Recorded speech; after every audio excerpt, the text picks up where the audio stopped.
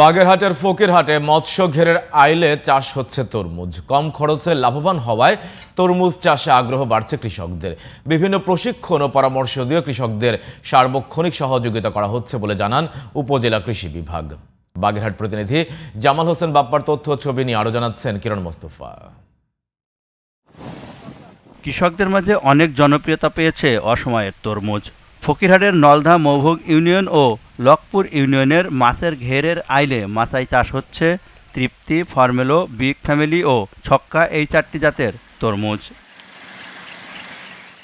আর্থিকভাবে লাভবান হওয়ায় তরমুজ চাষে ঝুঁকছেন এই অঞ্চলের কৃষকরা। সেই সাথে বাজার মূল্য ভালো পাওয়ায় খুশি চাষিরা। আমার ঘেরে তরমুজ খুব ভালো ফলন হয়েছে, আমি অনেক লাভবান হওয়ার আশায় আছি। অফ সিজনের চাষ তো, এটা খুব দাম আছে, ভালো মূল্যও ভালো। 1,20,000 টাকার মতো বিক্রি করা হয়ে গেছে। আরো অন্তত কম করে 1.5 থেকে 2 লক্ষ টাকা বিক্রি করব।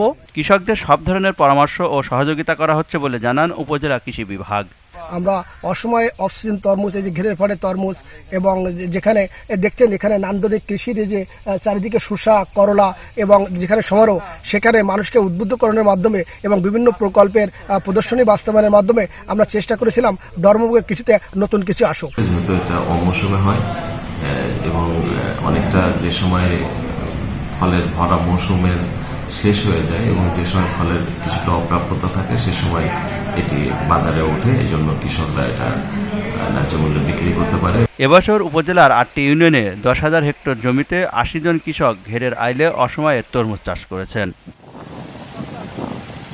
কিরণ মোস্তফা, জিটিভি নিউজ।